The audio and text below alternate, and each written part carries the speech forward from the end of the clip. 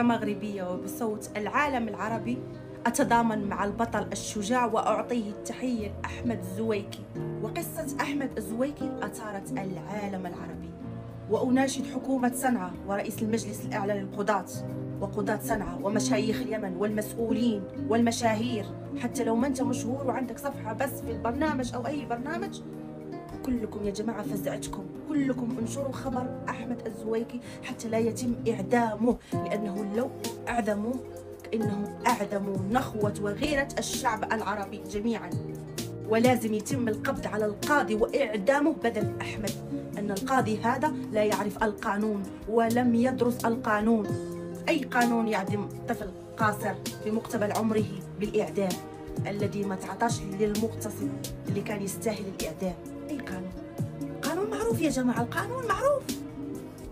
هذا في القانون دفاع عن النفس، وهو دافع على شرفه وعرضه. وزائد هذا لسه شاب ذو عمر 15 سنة قاصر. أي حق تعدموه؟ أي حق؟ لازم يا جماعة قاضي شريف يتدخل في ملف أحمد الزويكي، لأنه مظلوم يا جماعة، لأنه مظلوم. وأي واحد مكانها كان راح يسوي مثله. سوي نفسك مثله يا أيها القاضي اللي حكمت عليه بالإعدام، سوي نفسك مثله في حالة أحمد. واعتدوا على أختك، شو كان بتسوي؟ إذا ما كانت عندك غيرة وحرقة شو كان بتسوي؟ بالله عليكم يا جماعة، بالله عليكم، بالله عليكم أنصفوا أحمد حتى لا يتم إعدامه مثل ما أعدم هيثم الشاب العدني وتحركنا عليه ولسه لهلا بنتذكر. ما نبغى نعيد نفس السيرة ونشوف أحمد كمان من الناس المعدومين. طبعا الكل يعرف قضية أحمد الزويكي. أحمد الزويكي طفل قاصر ذو 15 سنة يحكم عليه بالإعدام. والسبب الغريب اللي خلانا نتكلم على هذه القضية أنه دافع على شرف أخته المعاقة من ذوي الاحتياجات الخاصة، والتي اغتصبها وحش مفترس. وإحنا كمشاهير لازم فزعتكم يا جماعة جميعا، كل المشاهير هالحين لازم يبينوا. خلينا من ترندات الهندية وصاحب البلس اللي وقفتوا معه، هذه القضية هي اللي لازم نوقف معاها يا جماعة، ونوصل صوت الأم المحروقة على ابنها الذي يحكم بإعدام. القصة بدأت مثل ما تقول أم أحمد سنة 2015.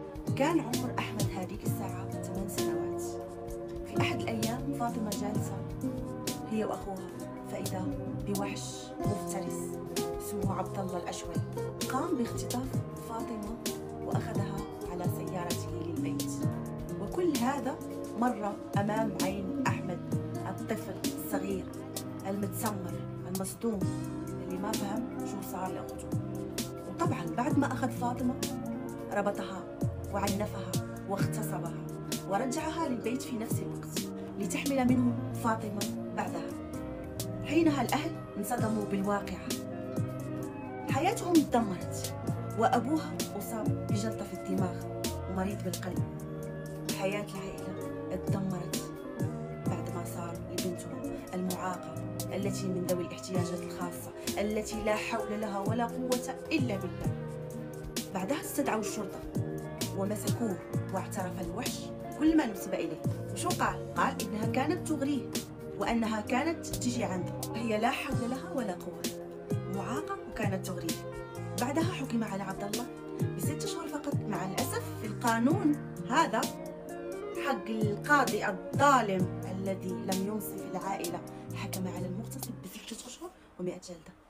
بدي بس أسأل سؤال، أي قانون يحكم على شاب قاصر 15 سنة بالإعدام؟ وهذا كله لأنه دافع على شرفه وعرضه. وهذا ليس غريبا على أصحاب اليمن الشهماء، الرجال الذي لهم غيرة، والتي لا تزال لحد الآن ما شاء الله فيهم غيرة ورجولة ما موجودة هذا الوقت، ولا زالت فيهم عزة نفس ونخوة. الرسول صلى الله عليه وسلم قال: دافعوا على شرفكم وعرضكم ومالكم.